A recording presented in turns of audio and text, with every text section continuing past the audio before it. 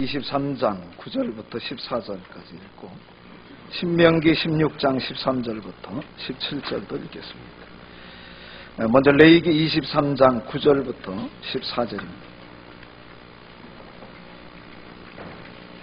여호와께서 모세에게 말씀하여 이르시되 이스라엘 자손에게 말하여 이르라. 너희는 내가 너희에게 주는 땅에 들어가서 너희의 곡물을 거둘 때에 너희의 곡물의 첫 이삭 한 단을 제사장에게로 가져갈 것이요 제사장은 너희를 위하여 그 단을 여호와 앞에 기쁘게 받으심이 되도록 흔들되 안식일 이튿날에 흔들 것이며 너희가 그 단을 흔드는 날에 1년 되고 흠없는 순양을 여호와께 번제로 드리고 그 소재로는 기름 섞은 고운 가루 10분의 2 에바를 여호와께 드려 화제로 삼아 향기로운 냄새가 되게 하고 전제로는 포도주 4분의 1 흰을 쓸 것이며 너희는 너희 하나님께 예물을 가져오는 그날까지 떡이든지 볶은 곡식이든지 생이삭이든지 먹지 말지니 이는 너희가 거주하는 각처에서 대대로 지킬 영원한 규례니라.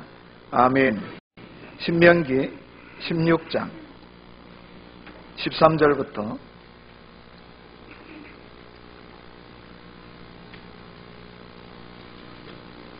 9절부터 보겠습니다. 신명기 16장 9절부터 12절까지. 일곱 줄을 셀지니 곡식에 낫을 되는 첫날부터 일곱 줄을 세어 내 하나님 여호와 앞에 7일절을 지키되 내 하나님 여호와께서 내게 복을 주신 대로 내 힘을 헤아려 자원하는 예물을 드리고 너와 내 자녀와 노비와 내 성중에 있는 레인과 및 너희 중에 있는 객과 고아와 과부가 함께 내 하나님 여호와께서 자기 이름을 두시려고 택하신 곳에서 내 하나님 여호와 앞에서 즐거워할지니라. 너는 애굽에서 종되었던 것을 기억하고 이 규례를 지켜 행할지니라. 아멘.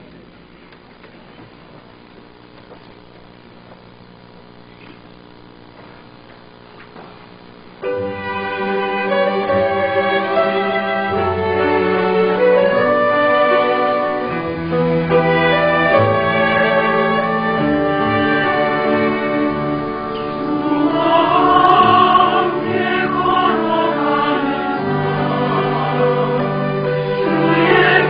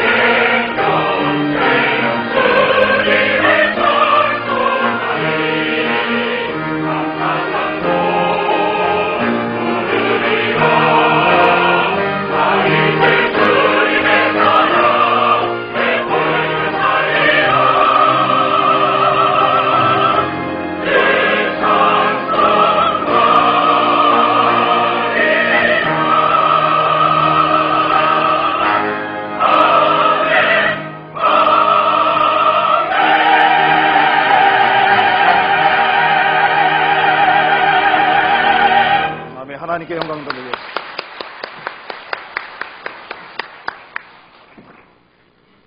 우리가 잘 아는 소설 뿌리의 저자인 알렉스 헤일리의 집무실에는 액자가 하나 걸려 있습니다. 그 액자에는 거북이가 담장 위에 올라있는, 높은 담장 위에 올라 앉아있는 그림입니다. 알렉스 헤일리가 그 액자를 벽면에 걸어놓는 이유가 있습니다. 그 액자를 보면서 언제든지 누군가의 도움에 의해서 저 거북이가 담장 위에 올라앉게 되었다.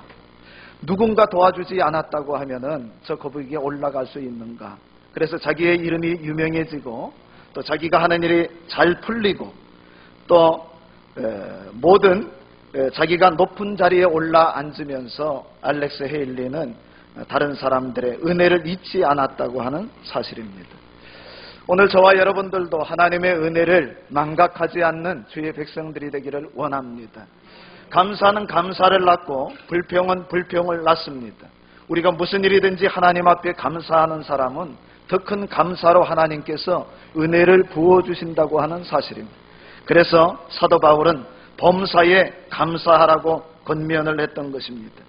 여러분, 해마다 교통사고로 얼마나 많은 사람들이 사상자가 나는지 아십니까? 우리나라에서만도 약 1만 명의 사람들이 죽고 약 20만 명의 사람들이 중경상을 입어서 병원에 눕거나 아니면 병원 신세를 져야 합니다.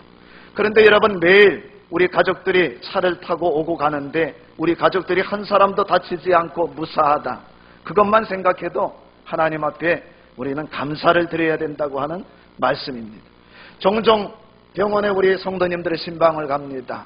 때로는 중환자실에 갈 때도 있습니다. 이렇게 병원에 신방을 할 때마다 느끼는 것이 있습니다.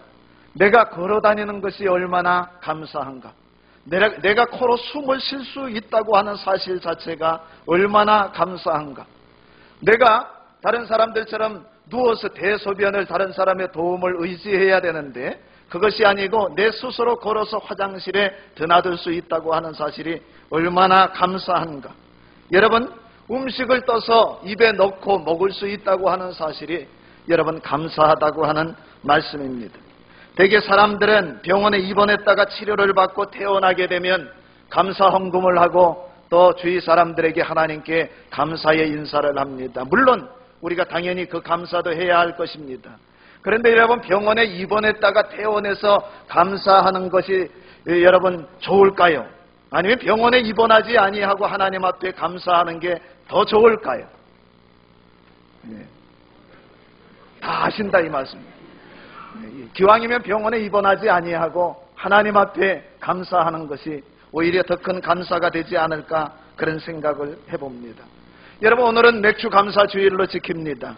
하나님은 모든 곡식의 첫 이삭을 하나님께 드리라고 명령을 했습니다.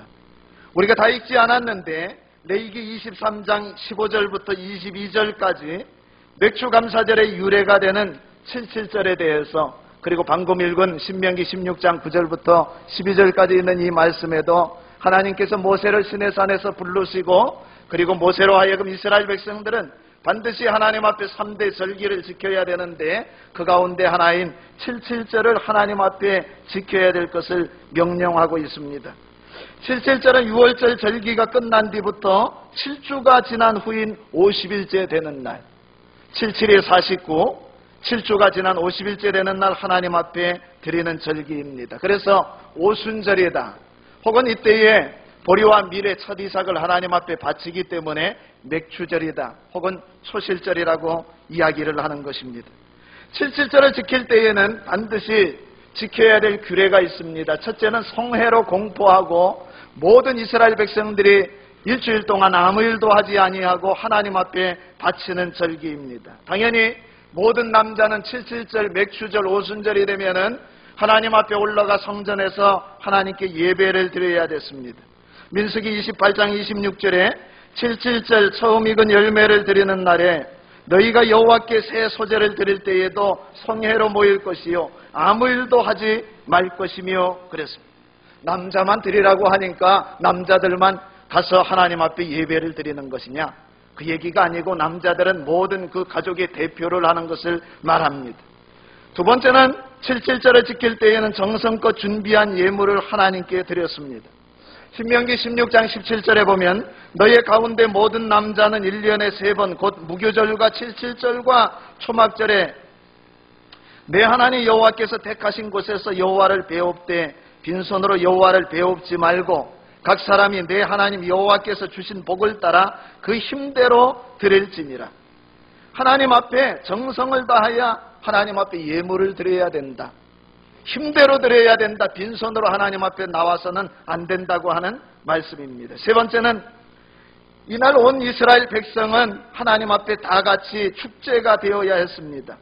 민수기 16장에 보면 하나님께서 예배 받으실 장소, 예전에는 성전이었겠지요. 성막이었습니다. 오늘날은 교회당이 될 것입니다.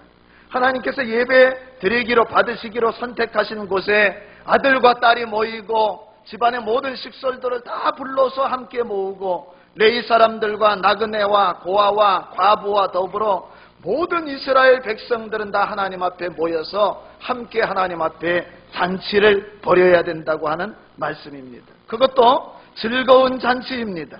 신명기 16장 15절에 보면 내 하나님 여호와께서 택하신 곳에서 너는 이래 동안 내 하나님 여호와 앞에서 절기를 지키고 내 하나님 여호와께서 내 모든 소출과 내 손으로 행한 모든 일에 복 주실 것이니 너는 온전히 즐거워할지니라. 여러분, 오늘 맥주 감사절을 지난주에 광고가 나갔습니다. 오늘 기대하면서 감사하는 마음으로 즐거워하는 마음으로 주님 앞에 앉아 계십니까?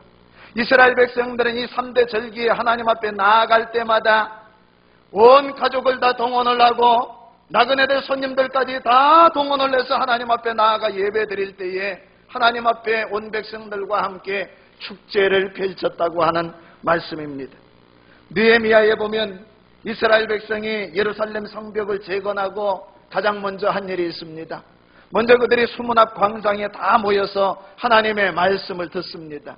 하나님의 말씀을 듣는 가운데 그들이 일어나서 할렐루야 아멘 그러면서 손을 시켜들고 팔을 들고 하나님을 찬양하고 말씀을 들으면서 흐느껴 옵니다. 온 이스라엘 백성들이 하나님을 떠나 하나님의 말씀대로 살지 아니하고 우상을 숭배한 죄악을 회개하고 그리고 그들이 결단하고 하나님 앞에 서원하고 이름을 다 서명을 한 다음에 사인을 합니다. 그러면서 이제 이방 풍습과 문화와는 우리가 끊어버리겠습니다. 이방 풍습을 끊어버리고 안식일을 지키기로 결단하고 그리고 하나님 앞에 절기를 지키겠다고 그들이 다 함께 결심을 했습니다. 그리고 첫 열매를 드리기로 소원하고 결단한 것입니다. 오바댜서 1장 15절에 보면 내가 행한 대로 너도 받을 것인즉 내가 행한 것이 내 머리로 돌아갈 것이라. 심은 대로 거둔다고 하는 말씀입니다. 우리가 어떻게 행동하였느냐, 하나님 앞에 우리가 산 대로 하나님께서 복을 주실 수도 있고 망하게도 할 수도 있고 하나님이 심판할 수 있다고 하는 말씀입니다. 사무엘상 2장 30절에는 나를 존중히 여기는 자를 존중히 여기고 나를 멸시하는 자를 내가 경멸히 여기리라고 했습니다. 현존하는 가문 중에 가장 비극적인 종말을 맞은 집안이 있다고 하면 아마도 미국 대통령 케네디 가문일 것입니다. 케네디 대통령은 형제가 5남 2녀였습니다. 그런데 큰형 조셉은 2차 대전에 29살의 나이로 참전을 했는데 시신도 찾지 못했습니다. 누나 로즈마리는 태어나서 뇌수술을 받았는데 수술이 실패해 평생 병원 신세를 졌습니다. 케네디 대통령 자신은 46세의 젊은 나이에 암살을 당했습니다. 그의 여동생은 28살에 비행기 추락사를 당했고 동생 패트릭은 조산으로 죽고 로버트는 42살에 암살을 당했습니다. 그리고 그의 막내 동생 에드워드는 여비서와 함께 강물에 빠져 죽다 간신히 살아났습니다. 케네디 대통령의 아들은 1999년에 비행기 사고로 죽었습니다. 그리고 케네디 대통령에게 동생이 있는데 그의 동생 로버트 케네디의 아들 첫째 데이빗은 약물 과용으로 숨지고 둘째 아들 마이클은 스키 타다가 나무에 충돌해 죽고 말았습니다. 여러분, 여기 케네디 대통령의 집안이 이렇게 몰락하게 된 이유가 무엇일까요?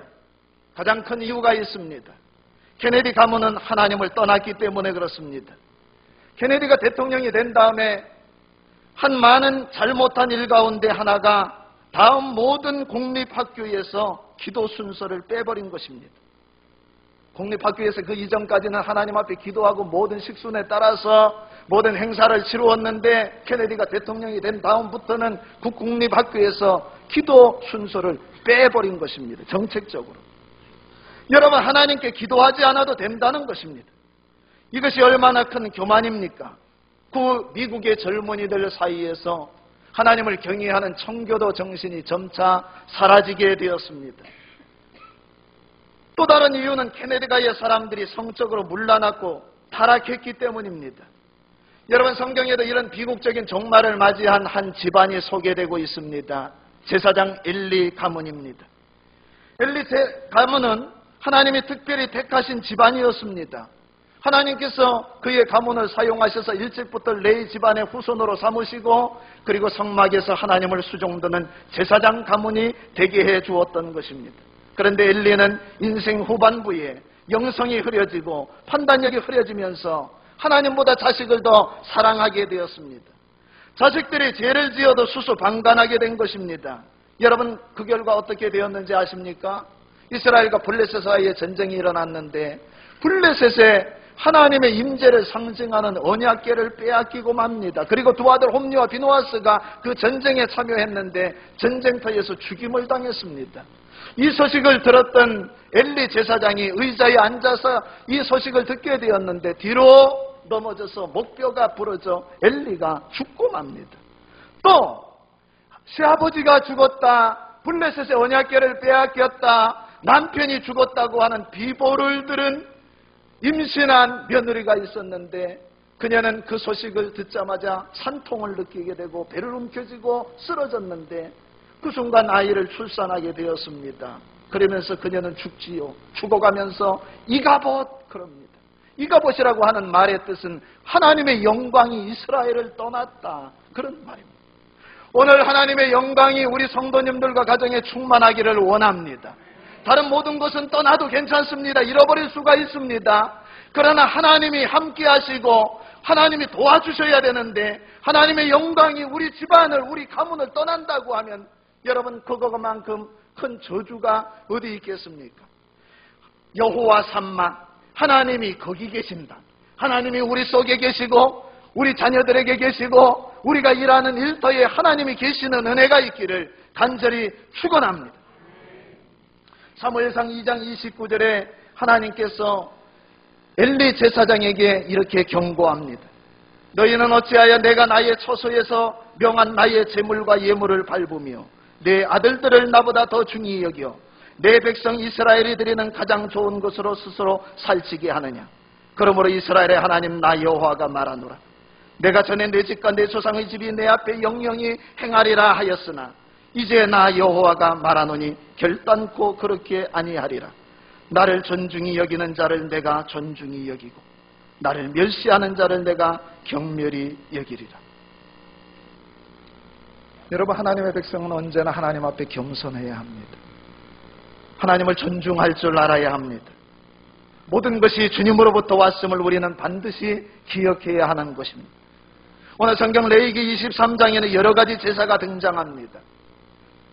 제일 먼저 모세가 이야기하는 것은 매일 하나님 앞에 드리는, 아침 새벽에 하나님 앞에 양을 잡아 번제로 드리고 저녁 때 하나님 앞에 번제로 드리는 상번제를 얘기합니다.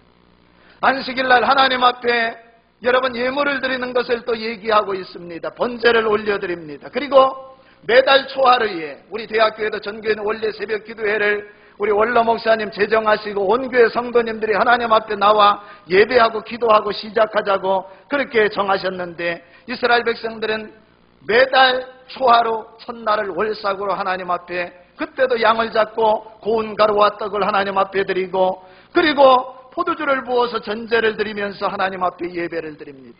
한 해를 시작하면서 한 달 동안 하나님 앞에 드리는 예배가 있습니다. 이렇게 모든 것을 시작할 때에 먼저 하나님 앞에 예배드리고 시작을 하고 예배로 끝마친다고 하는 사실입니다. 무슨 말씀입니까? 하나님으로 시작해야 된다. 무슨 일을 하든지 하루를 시작할 때, 한 달을 시작할 때, 한 해를 시작할 때에, 사업을 시작할 때에 우리 아이들이 직장에 출근할 때에, 그리고 또 학교에 처음 입학을 할 때에 먼저 하나님을 기억해야 된다. 너희들은 하나님의 은혜를 망각하는 어리석은 죄악을 짓지 말라고 하는 말씀입니다. 소재는 히브리어로 미나라고 합니다. 밀이나 보리에 고운 가루나 떡을 하나님께 드리는 제사입니다. 전제는 히브리어로 나사크라고 합니다. 번제물을 제단에 올려놓고 불사르기 전에 소나 양이나 염소와 비둘기 위에다가 포도주를 붓습니다. 이것을 전제라고 하고 혹은 관제라고도 부르는 것입니다. 번제는 히브리어로 올라라고 합니다. 소나 양이나 염소나 비둘기나 하나님 앞에 드리는 이 제물을 여러분 다 불태워서 그 향기와 그 정성을 하나님 앞에 올려드리는 올라, 그것이 번제입니다. 여러분, 여기 히브리 민족이 드렸던 이 소제나 전제나 이 번제는 무엇을 상징합니까? 그것은 하나님의 은혜를 상징하는 것입니다. 너희가 하나님의 은혜로 이집트를 떠나 출애굽을 한 것을 기억하고 언제나 하나님을 기억하면서 감사하는 자가 되어야 돼요. 여러분, 오늘날 이 시대에 하나님께서 우리에게 명하신 규례가 하나 있습니다. 그것이 예수님께서 십자가에 달리기 전날 밤에 제자들과 함께 마지막으로 떡과 포도주를 앞에 놓고 하나님 앞에 기도하고 축사하면서 드린 성찬 예식입니다. 이 성찬식을 통하여 예수님이 우리를 위하여 살찌키신 것을 기억해야 된다. 예수님이 다시 살아나신 것을 기억해야 된다. 주님이 우리를 위하여 흘린 그 보혈의 피를 기억하면서 하나님의 은혜를 망각하지 아니하고 매주마다 매일 매순간마다 무엇보다 먼저 하나님 앞에 감사하는 자가 될 것을 주님께서 말씀하신 것입니다. 여러분, 오늘 맥주감사절을 맞이해서 먼저 우리를 구원해 주신 하나님의 은혜를 기억하면서 하나님 앞에 감사하는 저와 여러분이 되기를 간절히 축원합니다. 이삭을 드릴 때 오늘 성경에 보니까 이 곡물을 흔들라 그랬어요. 이것을 요제라고 그럽니다. 또 떡을 만들어가지고 이 떡을 하나님 앞에 드릴 때에 7.7절 때는 특별히 누룩을 넣게 하셨는데 평소에는 누룩을 넣지 말라 하거든요. 그런데 누룩을 넣게 하셔서 하나님 앞에 감사 제사를 드리는데 흔들어서 요제로 드리라고 했습니다. 여러분, 이렇게 흔들어 하나님 앞에 드리는 이 제사, 이것은 성도의 신앙 고백을 말합니다. 지난 6개월 동안 하나님께서 우리들에게 베풀어 주신 그 은혜와 그 사랑을 기억을 하면서 하나님께서 우리에게 건강을 주시고 일터를 주시고 또 하나님께서 우리와 함께 해주셔서 이렇게 나에게 일할 수 있는 능력을 주시고 소동물을 주신 것에 대해서 농사 짓는 사람들은 과수 농사를 마치고 열매를 하나님 앞에 가지고 와서 곡식을 가지고 와서 그 은혜를 기억하면서 하나님 앞에 감사드리는 절기, 그것이 7.7절이다 하는 말씀입니다. 여러분, 우리가 하나님의 은혜가 아니라고 하면 어떻게 농사를 지을 수가 있습니까? 어떤 직종에 종사하든지 간에 하나님이 우리와 함께 하셨고 하나님이 우리에게 재능을 주시고 우리에게 건강을 주시고 재물 얻을 능을 주셨기 때문에 우리가 이렇게 하나님의 은혜 가운데 살고 있다고 하는 사실입니다. 그래서 야고보 사도는 온갖 좋은 은사와 온전한 선물이 다 위로부터 빛들의 아버지께로부터 내려온다고 했습니다. 모세도 신명기 28장에 보니까 이스라엘 백성들을 축복하면서 여러분이 주의 율례와 규례와 법도를 지켜야 됩니다. 그러면 하나님께서 하늘을 여시고 천국의 보고를 내려주시는데 이른 비를 주시고 늦은 비를 주시고 때에 따라서 이슬비를 내려주셔서 들어가며 복을 받고 나가며 복을 받고 머리가 될지언정 꼬리가 되지 아니하는 이런 놀라운 복을 주시겠다고 주님께서 약속을 하신 것입니다.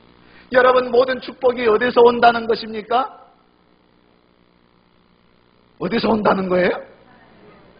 고백을 해야 돼요, 하나님 앞에. 그래야 우리 하나님 기뻐하세요. 하늘로부터, 하나님으로부터 축복이 쏟아지는 것입니다. 여러분, 오늘 우리가 하나님의 은혜를 기억하면서 하나님 앞에 감사하는, 그래서 오늘 저와 여러분들과 가정이 복을 받는 은혜가 있기를 간절히 축원합니다. 첫 것은 하나님의 것입니다. 여러분, 첫 아이, 첫 아들, 첫 딸은 하나님의 것입니다. 가축의 첫 새끼도 하나님의 것입니다.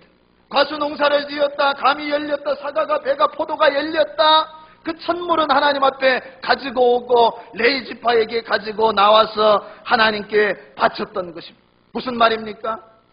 하나님을 삶의 제1순위에 두어야 된다. 모든 존재의 근원인 하나님을 잊어서는 안 된다고 하는 말씀입니다. 오늘 우리 대학교회가 동수학원의 심장부인 한복판에 세워진 이유가 있습니다. 여러분, 이것이 과연 우연이라고 생각을 하십니까? 이것은 하나님께서 우리 동수학원을 통하여 일하시겠다. 할렐루야. 이 마지막 시대에 열방을 구원하고 민족을 구원하고 부산을 구원할 하나님의 사람들을 이곳에서 배출하겠다. 대학교회를 통하여 동수학원을 통하여 우리 하나님이 계속 일하시겠다고 하는 하나님의 강력한 의지가 반영되고 하나님의 계획이 이곳에 있다는 사실을 우리는 기억을 해야 합니다. 저는 이 본당에 들어올 때, 출입구에 들어올 때마다 굉장히 감동을 받습니다. 자주 출입구 위에 상단에 있는 그 말씀을 표어를 읽어봅니다. 외부에서 손님들이 올 때마다 일부러 저기를 한번 보세요. 그러면서 소개를 하고 사진을 찍어가게 하고 함께 그 앞에서 사진을 찍기도 합니다. 정면 위에 우리와 우리 자손들이 이 아름다운 예배당에서 하나님을 섬기고 자자손손이 주님의 축복을 누리며 살게 하옵소서. 여러분, 저 아래 우리 작은 예배당에서 이 새 예배당으로 올라오면서 우리 원로 목사님께서 기도하시던 가운데 정면 상단에다 이 글귀를 여러 번 써서 붙여놓으면서 어떤 마음으로, 기도하는 마음으로, 간절한 마음으로 여러분 그렇게 써붙이지 않으셨겠습니까? 우리와 우리 자손들이 이 아름다운 예배당에서 하나님을 섬기고 할렐루야, 자자손손이 주님의 축복을 누리며 살게 하옵소서. 여러분, 하나님은 살아계십니다. 하나님은 지금도 우리와 함께 하시는 것입니다. 우리 소천하신 원로 목사님과 주님께서 함께 하시고 우리 이사장님과 함께 하신 살아계신 하나님, 우리 동수학원과 우리 대학교회와 저와 여러분과 주님이 함께 하시고 하나님께서 복 주시기로 계획하시고 준비하고 있다는 사실을 여러분 믿으시기를 바랍니다. 여러분, 그렇다고 하면 저와 여러분이 리스판스, 하나님 앞에 반응을 보여야 됩니다. 하나님, 우리 하나님께서 우리를 복 주시고 자자손손이 복 주시기를 원하는데 하나님, 우리 자손을 주님 앞에 데리고 나아오겠습니다. 우리 가족들 가운데 믿지 아니하는 영혼을 주께로 인도하겠습니다.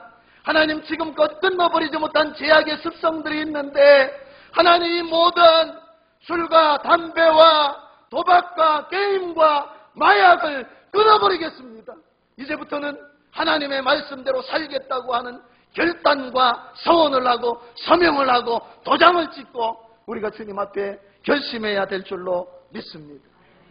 여러분, 새로 중직자들을 세우려고 준비 중에 있습니다. 우리가 한 마음으로 후보자들을 위해서 기도해 주시기를 바랍니다. 또 앞으로 장립을 받고 취임을 하는 우리 후보자들도 여러분 간절히 기도해 주시기를 바랍니다. 겸손해야 합니다. 할 수 있으면 새벽에 나와 기도하시기를 바랍니다. 적어도 주일 오전 오후 수요 예배는 빠지지 말아야 합니다. 마태복음 6장 33절에 우리 다 함께 읽겠습니다. 성경 구절 띄워주세요. 다 함께 시작.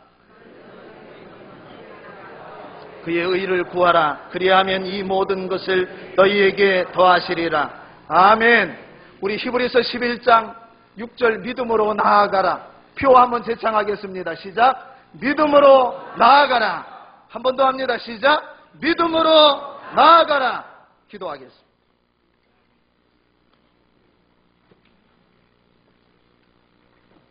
영 죽어 지옥 갈 영혼들을 구원해 주셔서 감사드립니다. 우리를 주의 자녀 삼으시고 천국의 시민권을 갖고 살게 하심을 감사드립니다. 하나님, 동수학원을 세우시고 동수학원 한복판에 대학교회를 세워주셔서 감사드립니다. 우리를 대학교회의 백성이 되게 하여 주시고 대학교회의 재직이 되게 하여 주심을 감사드립니다. 첫 것을 하나님 앞에 올려드렸던 이스라엘 백성들과 같이 하나님의 은혜를 날마다 기억하며 하나님께 감사하며 하나님을 찬양하며 우리에게 맡겨진 사명을 충성스럽게 감당하는 주의 백성들이 다 되게 하여 주시옵소서. 예수님의 이름으로 간절히 기도하옵나이다. 아멘.